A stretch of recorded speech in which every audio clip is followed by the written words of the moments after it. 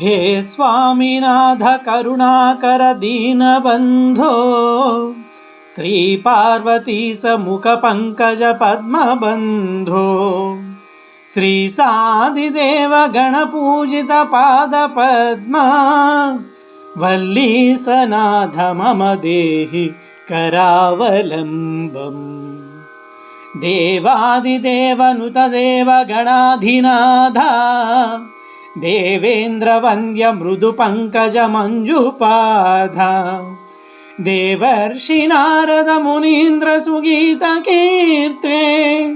वल्लीसनाथ मम देहि करावलम्बम् नित्यान्नदान निरिताखिल रोगहारिन् तस्मात् प्रदान परिपूरित भक्तकामा श्रुत्यागम प्रणव वाच्य निजस्वरूपा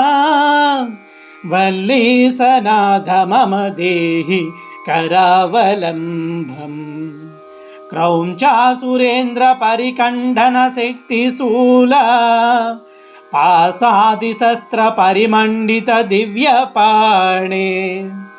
श्रीकुण्डली सधृततुण्ड शिखिलीन्द्रवाहा वल्लीसनाथ मम देहि करावलम्बम् देवादिदेव रथमण्डल मध्यवेद्या देवेन्द्रपीठनगरं दृढचापहस्तम् सूरं निहत्य सुरकोटिभिरीड्यमाना वल्लीसनाथ मम देहि करावलम्बम् हराधिरत्नमणियुक्त किरीटहारा केयूरकुण्डलसत्कवचाभिराम हे वीरतारक जयामर बृन्दवन्द्या वल्लीसनाथ मम देहि करावलम्बम् पञ्चाक्षराधिमनुमन्त्रित गाङ्गतोया पञ्चामृतै प्रमुदित तेन्द्रमुखैर्मुनीन्द्रै पट्टाभिषिक्त हरियुक्त परासनाधा वल्लीसनाथ मम देहि करावलम्बम्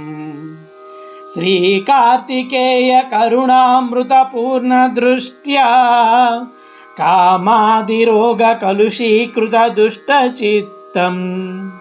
भक्त्वा तु मामवकलाधर कान्तिकान्त्या